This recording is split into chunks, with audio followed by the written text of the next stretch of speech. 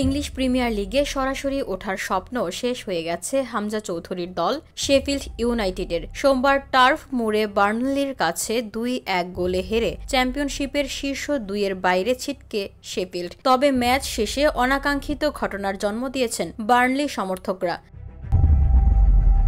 Match শেষে Burnley সমর্থকরা চড়াও হয়েছেন বাংলাদেশি ফুটবলার হামজার উপর। বার্নলির জয় নিশ্চিত হওয়ার পর হাজারো সমর্থক মাঠে ঢুকে পড়েন উল্লাস করতে। এ সময় কয়েকজন দর্শক মাঠে থাকা শেফিল্ড খেলোয়াড়দের দিকে এগিয়ে আসেন। সেই তালিকায় ছিলেন হামজা চৌধুরীও। ক্যামেরায় দেখা যায় এক দর্শক তাকে উদ্দেশ্য করে কিছু বললে পাল্টা প্রতিক্রিয়া দেন হামজা। পরিস্থিতি উত্তপ্ত হয়ে ওঠে, এমনকি তাকে শারীরিকভাবে থামাতে বাধ্য হন নিরাপত্তা কর্মী ও ক্লাব কর্মকর্তারা। পরে পুলিশ এসে পরিস্থিতি নিয়ন্ত্রণে আনেন। সামাজিক যোগাযোগ মাধ্যমে এ নিয়ে চলছে তীব্র সমালোচনা।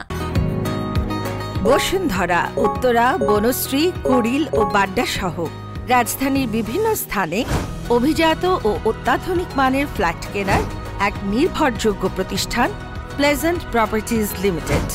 তাই আপনার স্বপ্নের আবাসনের জন্য আজই যোগাযোগ করুন। Pleasant properties limited, where destiny matches eventually.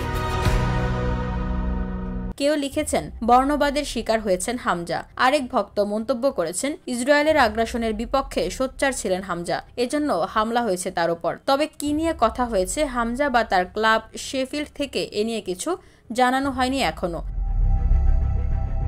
Match শেষে শেফিল্ড কোচ ক্রিস ওয়াইল্ডার সাংবাদিকদের বলেন, আমরা ম্যাচের আগে রেফারির কাছ থেকে আশ্বাস পেয়েছিলাম যে খেলোয়াড়দের ঘিরে নিরাপত্তা থাকবে, কিন্তু শেষ বাঁশি বাজার পর তাদের কোনো খোঁজই পাওয়া যায়নি। সেটা ছিল খুবই ভয়ের একটা মুহূর্ত। ওয়াইল্ডার আরও বলেন, 40 থেকে 50 জন উত্তেজিত দর্শক যখন আপনার দিকে দৌড়ায় এবং বাজে ভাষায় কিছু বলে কিংবা কিছু করে, তখন মাঠ ছাড়াটা খুব কঠিন হয়ে পড়ে। আমি নিশ্চিত এর দায় আমাদের ঘাড়ে চাপানো উচিত হবে না।